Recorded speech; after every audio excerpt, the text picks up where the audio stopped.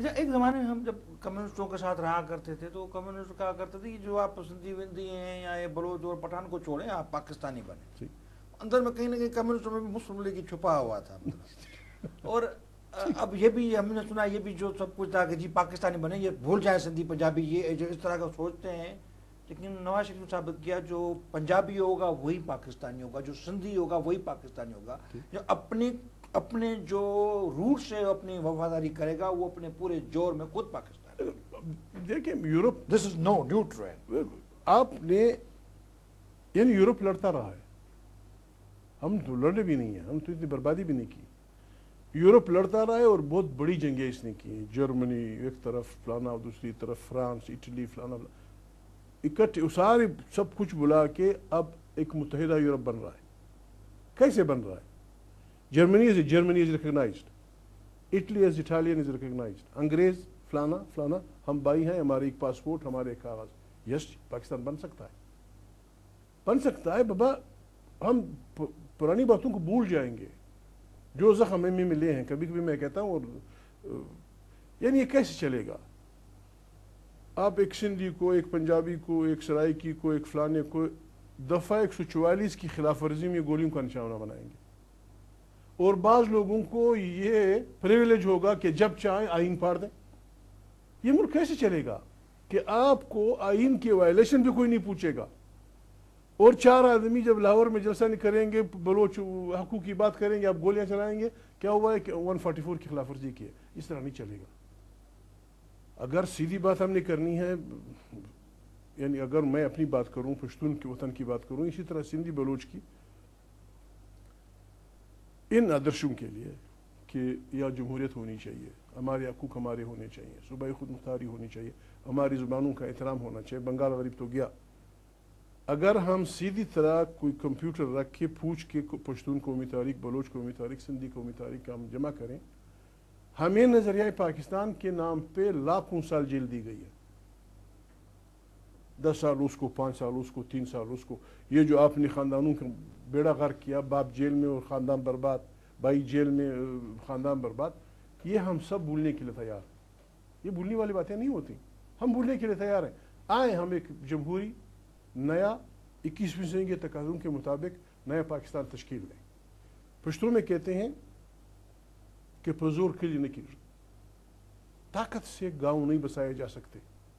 اور پٹھان کو تو کبھی بھی طاقت سے نہیں, توڑا ہی نہیں. کوئی نہیں دے. میں بالکل, میں نے کسی سے پوچھا نہیں, میں سندھیوں کا ماما ہوں, میں بلوچوں کا بھی ماما, آپ ہمارے ماما, میں بلوچوں کا بھی ماما ہوں, سرائکیوں کا بھی ماما ہوں, پشتونوں کا بھی ماما ہوں, اب پنجابیوں کا بھی بنا ہوں. اب بن گئے بھائی سیدھی بات یہ ہے, ایک جمہوری پاکستان یعنی ہم سے کیا کہلوانا چاہتے ہیں؟ ایک جمہوری پاکستان ہم قیامت تک رکھنے کے لیے تیار, لیکن ایک ایسا پاکستان جس میں ہمیں دوسرے درجے کا شہری سمجھا جائے گا, جس میں ہمیں غلام سمجھا جائے گا. کوئی لڑاتا تو نہیں تھا, وہ نہیں چلے گا. کوئی لڑاتا تو نہیں تھا. جو ہم لڑاتا نہیں, جو ڈیوائڈ اینڈ رول کی طرح کوئی طریقہ کوئی تھا, نہیں. یہی جو مالک بنے بیٹھے تھے انہوں نے لڑایا. اچانک سب کو عقل آ گئی کہ ہم ایک, یہ ایسی محبت ہم نے پہلی مرتبہ دیکھی کہ چودھری افتخار نے نو کر کے پورے پاکستان کو ایک نئی جنم دے دیا. چودھری افتخار نے اصل میں یعنی یہ بات کہنے کی اب نہیں ہے, یہ ٹائم نہیں ہے.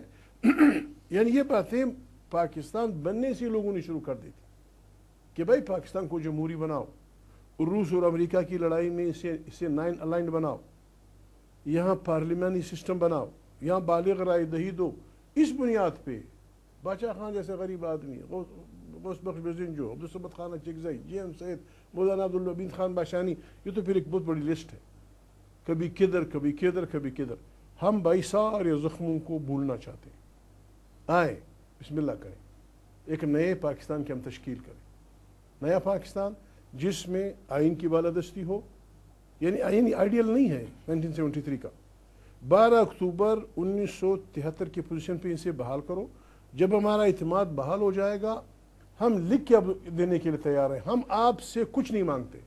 جو کچھ خدا نے ہمیں دیا ہے, جو کچھ ہمارے وطن میں ہے, جو دنیا کے ہر قانون میں اس پہ ہمارے بچوں کا پہلا حق ہے, سندھ کا سندھ کے حوالے کر دو, سرائکیوں کا سرائکیوں کے حوالے کر دو, پنجاب کو پنجابیوں کے حوالے کر دو. بلوچ کی بات کرتے ہیں کہتے ہیں بغاوت کر رہے ہیں. بابا بلوچ کیا بغاوت کرے گا؟ سارے بلوچستان کی آبادی, قاضی بھائی, سارے بلوچستان کی پشتون بلوچ کی آبادی لاہور کارپوریشن سے کم ہے.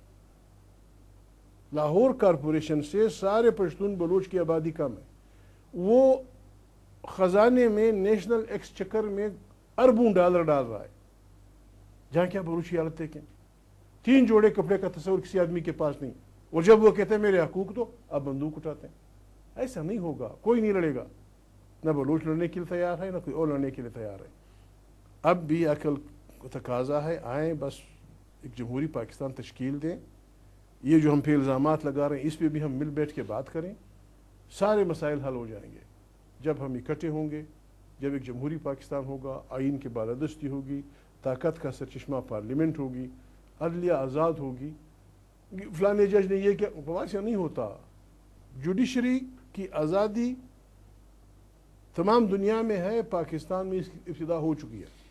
لیکن ایک بات اب جاتے جاتے یہ بھی کہوں کہ ساؤتھ ایشیا میں جتنی وہ جو ہمارے وی پی سنگھ کہا کرتے تھے کہ خود ساؤتھ ایشیا کا ورلڈ ہے, کوئی 100 قومیں رہتی ہیں یہاں پہ. نکالے جہاں بھی ساؤتھ ایشیا میں آتے ہیں, اور جتنا گراں جتنا بار ان 100 قوموں میں سے ایک قوم ساؤتھ ایشیا کی پٹھان پہ گزری ہے. بہت ہی مطلب یعنی کہ جس طرح وار امپوز کی جاتی ہے, جس طرح سے پٹھان کو کنفیوز کیا جاتا ہے, you have paid a very heavy price.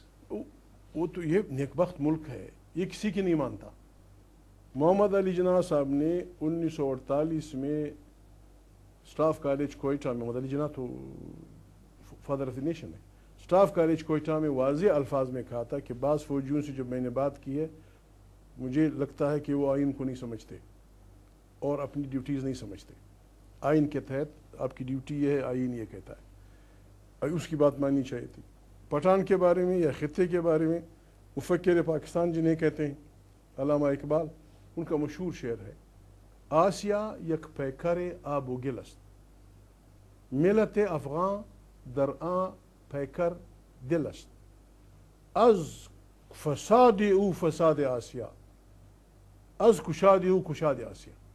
فارسی آپ کو سمجھ آتی ہوگی, سامعین کو شاید سمجھ نہ آئے کہ بابا اگر اس کو ایک جسم مان لے ایشیا کو, تو افغان پٹھان اس کا دل ہے. اگر اس میں فساد تھا سارے ایشیا میں فساد ہوگا, اگر یہ ٹھیک تھا سارا ایشیا ٹھیک ہوگا. ہم پہ جو گزری وہ تو گزری. ایشیا میں امن چاہتے ہو تو افغانستان کی آزاد مستقل ساورن حیثیت کو آپ نے تسلیم کرنا ہوگا. اور مسلمان اسٹیٹ کی حیثیت سے تمام مسلمانوں نے بالخصوص, اور پھر تمام ان ممالک نے جنہوں نے 30 سال دنیا میں جی آپ کے تو ادھر سے ٹریڈ ٹاور تک بھی باتیں چلی گئی 9/11. صحیح بات, آپ کی زمین کو صحیح بات یہ ہے. میرا یہ فتویٰ ہے, مسئلہ پٹھانوں کو میرا یہ فتویٰ ہے صحیح, میرا یہ فتویٰ ہے کہ امریکہ سے لے کر پاکستان تک 150 سے زیادہ ملک افغانوں کے قرضدار ہیں.